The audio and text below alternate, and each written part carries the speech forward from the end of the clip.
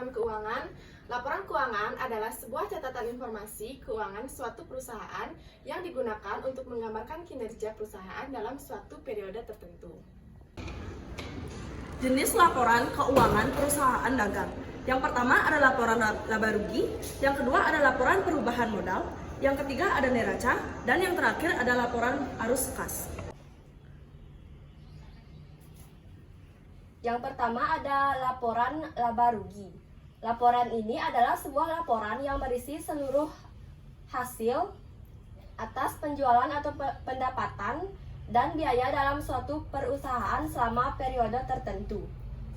Di dalam laporan ini terdapat informasi ringkas mengenai jumlah biaya-biaya yang dikeluarkan untuk operasional suatu perusahaan serta laba yang didapatkan selama perusahaan tersebut beroperasi.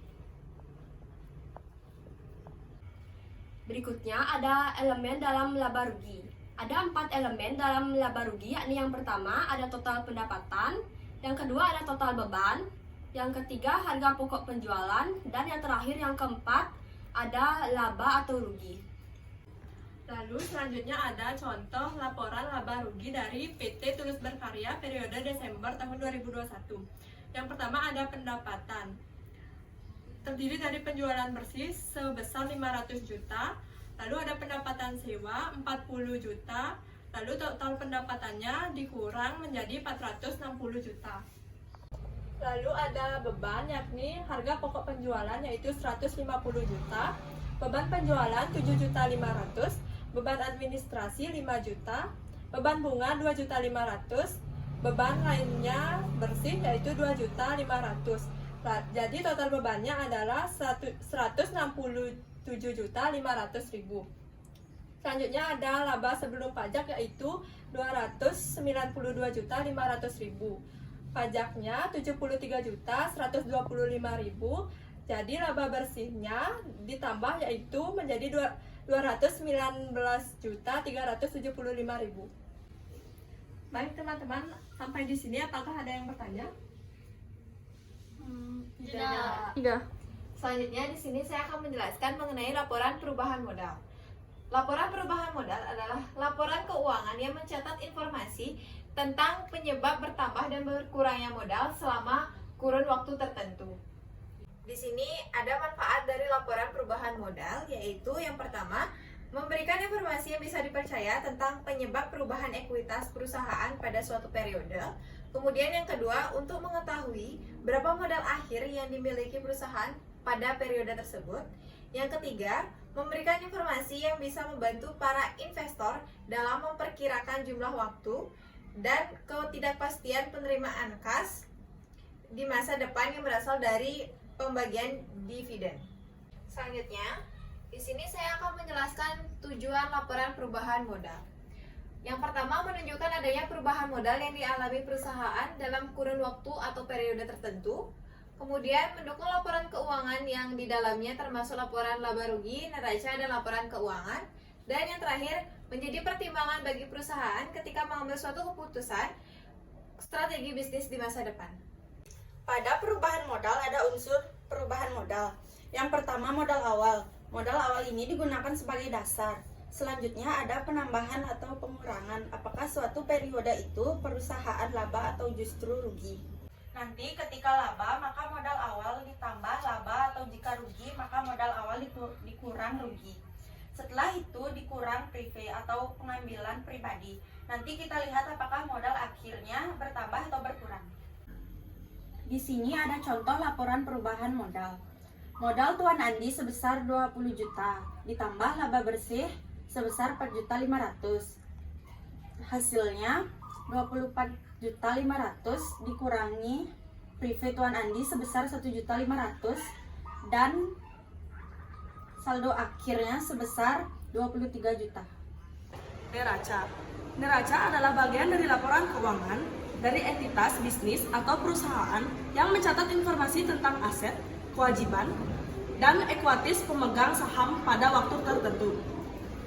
Tujuan utama pada neraca adalah untuk menunjukkan aset dan kewajiban perusahaan bersama dengan uang dan diinvestasikan dalam bisnis. Pernyataan ini diperlukan untuk menganalisis informasi status keuangan selama beberapa periode berturut-turut. Nah, ini adalah ilustrasi dari neraca. Nah, neraca itu nanti akan menggambarkan sebuah perseimbangan antara harta, yaitu aset tetap dan aset lancar, dan juga kewajiban serta ekuitas, dan nanti akan balance antara aktiva dan pasiva.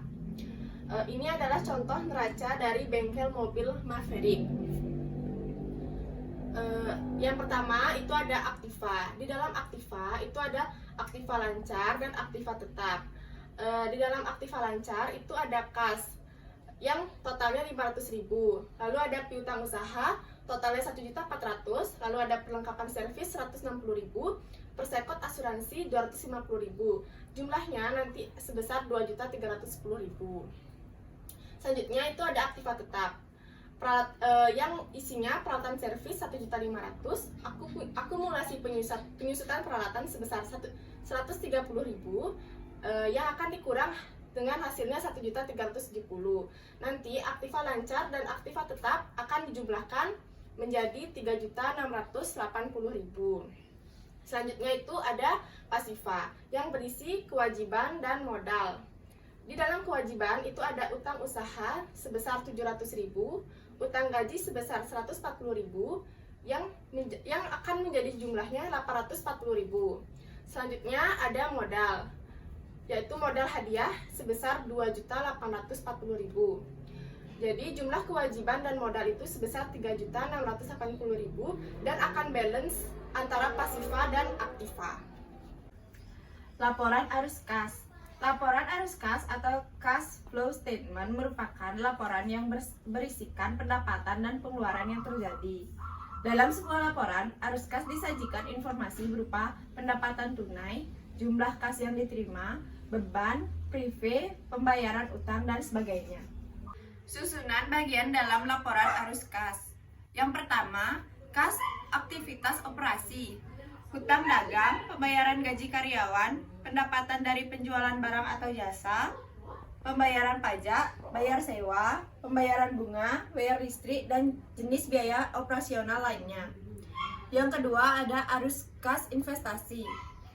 Arus kas investasi, pembelian dan penjualan aset atau aktiva tetap, pinjaman kepada vendor, atau penerimaan dari pelanggan dan pembayaran yang berkaitan dengan merger dan akuisisi. Nah, di sini ada arus kas pendanaan. Kas dari investor dividen, pembelian kembali saham, dan pembayaran pokok utang. Bagian ini biasanya memiliki fungsi untuk mengetahui komposisi modal milik perusahaan, apakah modalnya bertambah atau berkurang, karena digunakan untuk mendanai. Kas aktivitas pendanaan berkaitan erat dengan modal dan hutang yang dimiliki oleh perusahaan.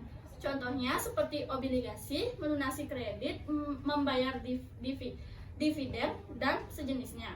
Adapun 5 langkah yang sering digunakan untuk membuat laporan arus kas, yaitu yang pertama, menghitung kenaikan atau penurunan kas. Yang kedua ada menghitung kas bersih pada kegiatan operasi, baik secara langsung maupun tidak langsung.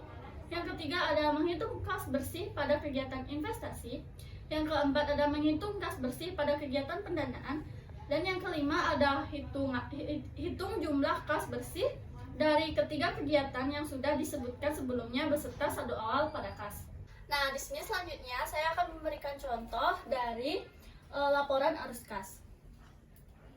Nah, seperti yang teman-teman lihat, contoh laporan arus kas yang seperti dijelaskan tadi oleh Ilda, arus kas dari aktivitas operasi. Di sini ada kas yang diterima dari pelanggan, yaitu sebesar 7.500.000, lalu dikurangi oleh pembayaran kas untuk beban dan pembayaran kas untuk kreditor sebesar 4.600.000. Arus kas bersih dari kegiatan operasi yaitu 2.900.000. Yang kedua ada kas dari kegiatan investasi. Pembayaran kas untuk membayar tanah sebesar 20 juta. Nah, pada arus kas dari kegiatan pendanaan, di sini ada kas yang diterima dari investasi pemilik sebesar 25 juta dan dikurangi oleh prive atau biaya pribadi sebesar 2 juta. Jadi totalnya yaitu 23 juta. arus kas bersih dan saldo kasnya yaitu sebesar 5.900.000. Nah, itu dia tadi presentasi dari kelompok kami. Jika ada salah kata, kami mohon maaf. Kami tutup presentasi kami dengan para peserta.